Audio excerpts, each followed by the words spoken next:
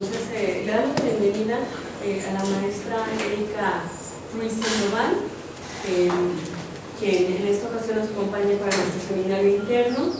La invitamos para comentar con ella, poder debatir juntos sobre las relaciones internacionales de México.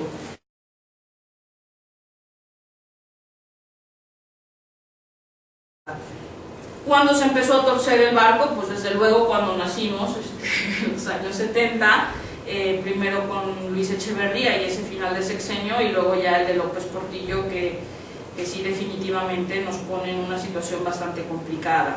Unos años 80 también difíciles, la dichosa década perdida, pero el único problema de este país es que vamos de década perdida en década perdida. Los 80 son perdidos, los 90...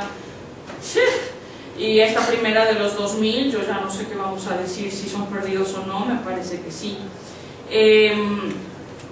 Yo creo que los cambios en México se hicieron desde arriba sin tomar en cuenta lo de abajo.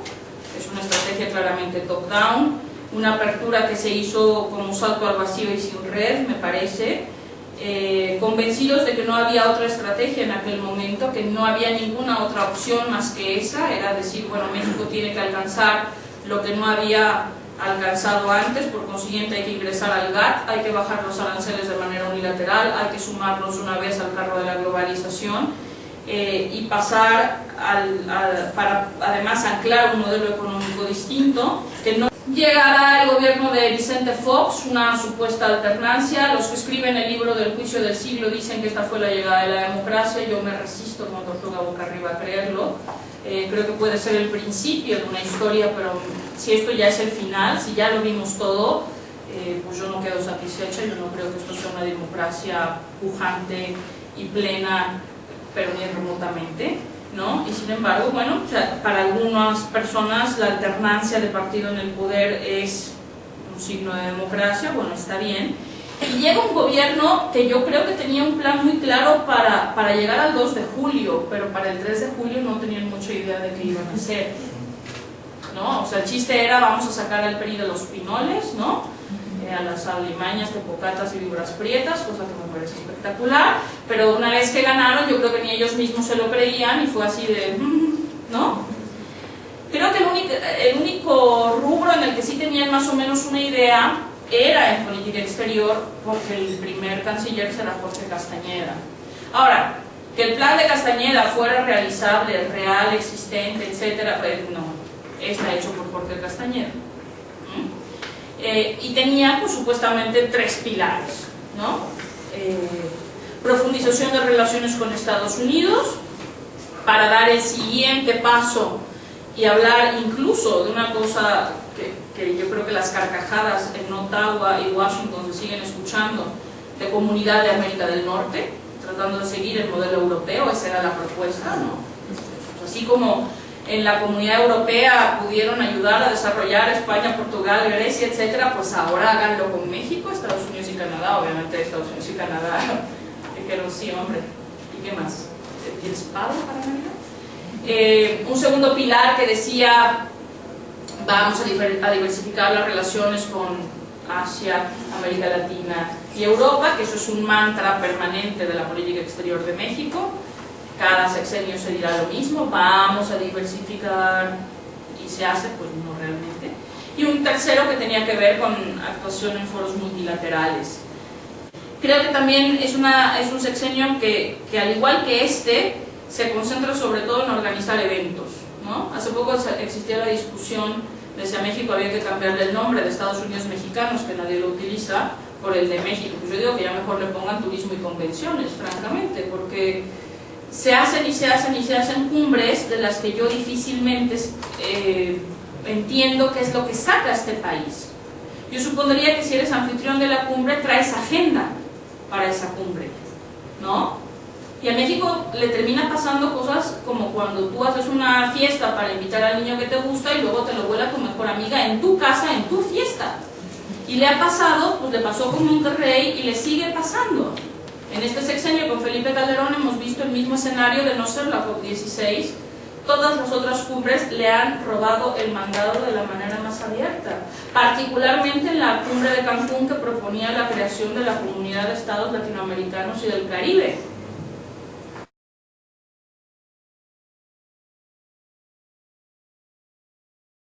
Y bueno, creo que 2009 es probablemente uno de los peores años que hemos tenido en cuanto a las relaciones con el exterior.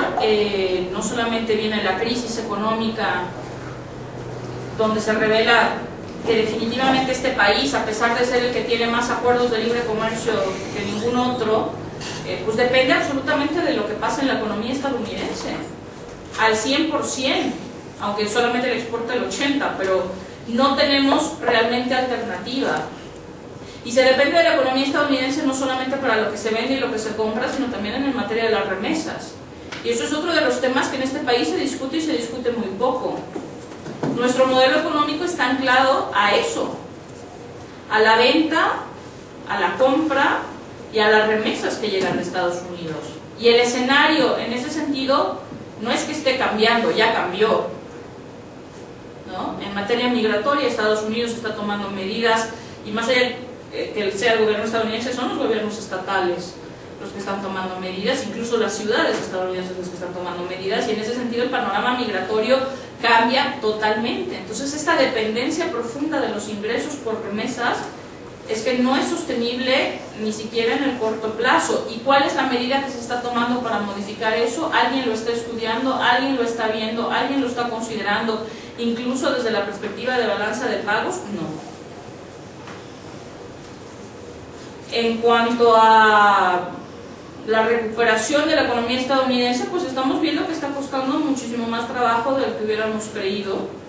Y aunque digan que México se está recuperando ya, bueno, más bien se recupera del 8% que cayó su PIB, más allá de que esté creciendo realmente. O sea, no es que tenemos buenas cifras, bueno, tenemos buenas cifras para recuperarnos de esa brutal caída. Piensen que México cae 8% y Brasil cae 0.2%.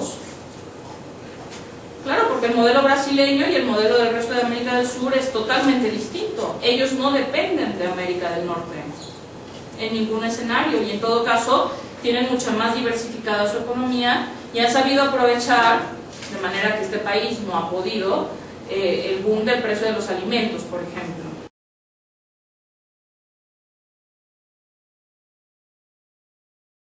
México, a partir del triunfo de Vicente Fox, utiliza como agendas de política exterior el tema de la democracia y de los derechos humanos. Dos agendas en las que definitivamente, ¿qué credibilidad puede tener este país? Y los primeros que cuestionan son, por ejemplo, los chinos. De México, ¿usted me va a venir a hablar a mí de que yo violo los derechos humanos? De verdad, ¿no? Y los chinos, como no tienen filtros ni monólogos internos ni nada, te lo dicen a la cara, tal cual, ¿no? Y entonces, claro, te explican los funcionarios de este gobierno de Felipe Calderón, por ejemplo, que la agenda es esa porque también así nos anclamos al exterior con el tema de la democracia y los derechos humanos. Entonces, si lo defendemos desde afuera, pues quiere decir que lo tenemos dentro. Es una lógica que no alcanzo a comprender, y que creo que por el contrario te pone un reflector tremendo encima, porque si esas son tus dos banderas de política exterior, pues lo primero que hará cualquier contraparte es mirar tu propia situación de democracia y de derechos humanos. Y creo que tenemos muy poco material para sentirnos tremendamente orgullosos de la situación de la democracia y de los derechos humanos, particularmente durante la guerra contra el narco. Y yo creo que este país, contrario a lo que hubiéramos podido esperar, se ha cerrado mucho más al exterior de lo que se ha abierto. Si hablamos de la percepción general de la población sobre el exterior, yo creo que es bastante distorsionada y limitada en general. Y esto tiene que ver con que no tenemos manera de informarnos de lo que pasa afuera. Nuestros medios, ninguno tiene fortaleza alguna en el área internacional.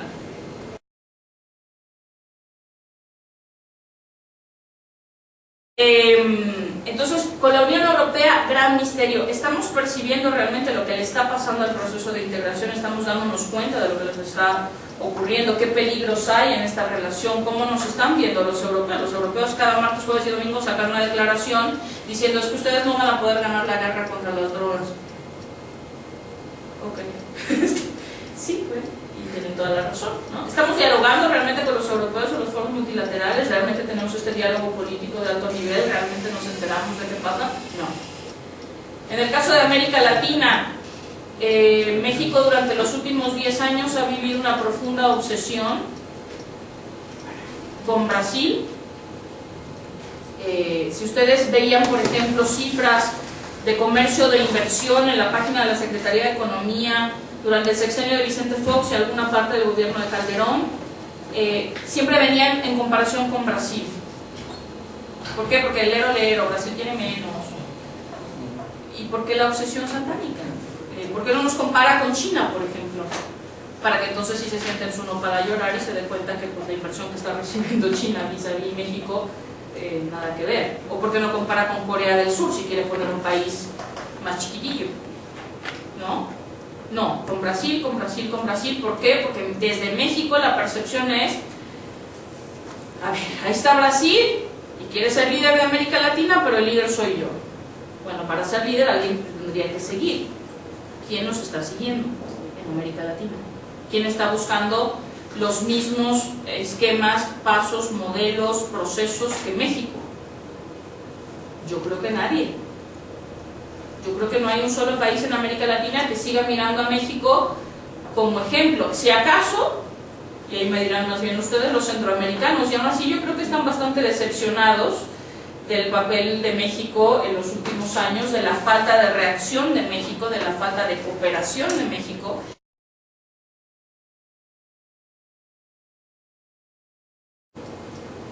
En el tema de Asia, pues todavía más complicada la situación, porque ahí sí de plano creo que ni gobierno, ni sector privado y academia con trabajos tiene un buen conocimiento de lo que está pasando en Asia.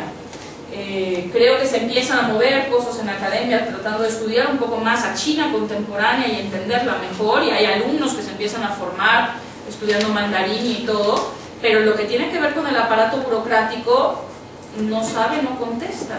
O sea, México no tiene cuadros que hablen mandarín. Tenían a Sergio Ley, pero Sergio Ley se retiró y en todo caso lo hablaba por familia.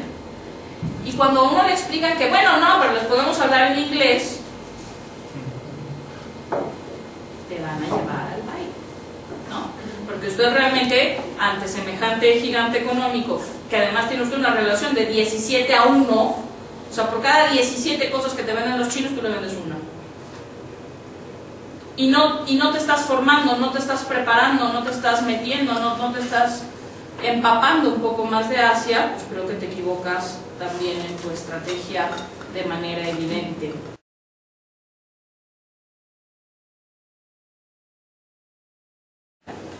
¿No? Y a lo mejor lo que tenemos que hacer es recortar cosas y decir, ¿sabe qué? Nos vamos a concentrar en esto y en esto. Pero con conocimiento de causa, con conocimiento del mundo, que el mundo ha cambiado, que la Guerra Fría terminó, ¿no? Y que los temas internacionales se están discutiendo en otros foros, de otras formas y con otros grupos. México sigue tremendamente anclado a que es discusión de cancillería a cancillería. ¿Y el resto de los actores que participan en la política exterior? ¿Dónde están participando los empresarios mexicanos en política exterior? Y no me refiero a los zambranos, ¿eh? ¿Dónde está el gran tejido de pymes mexicanas? Pues no hay. Entonces cuando se intentan los diálogos con los europeos sobre pymes, pues ¿con quién hablan? Porque además como en México ya la definición de pyme es un changarro, o sea, si usted pone un puesto de tacos abajo del puente del río Churubusco, eso es una pyme. Y se me queda uno de, oiga, pero es que su contraparte sueca no es eso, ¿no? ¿Dónde están los grandes contactos de sociedad civil mexicana con el exterior? ¿Se hacen los foros de sociedad civil? ¿Y dónde están? Pues no, porque el diálogo sigue monopolizado por Cancillería. Y cuando te invitan a los diálogos con tercer sector, si te quedas así de, ¿usted cómo definió tercer sector? Porque en esas juntas hay de chile, dulce, mole, manteca, y muchas veces pues mi manera de establecer, ahora sí que ya ni para intercambiar tarjetas de hola, ¿qué tal? ¿No? Porque lo mismo está el exportador de jorongo, ¿no? Que usted que es académico y se dedica a la contemplación del universo, que tiene una quesería y que desea exportar a Wichita Falls, ¿no? Y le pregunto a usted, ¿y usted cómo le hace para exportar? No, yo no exporto, en general, ¿no? ¿Qué tipo de diálogo podemos tener? Entonces, si los recursos son limitados, pues dígamelo, perfecto, pero hagamos una estrategia y pensemos de verdad a 25 años, no para 2012, y no solamente en lo conocido y en los 4 puntos de referencia y demás las referencias que tenemos por ahora. Esa es la invitación que se hace en este libro y en este capítulo. Muchas gracias.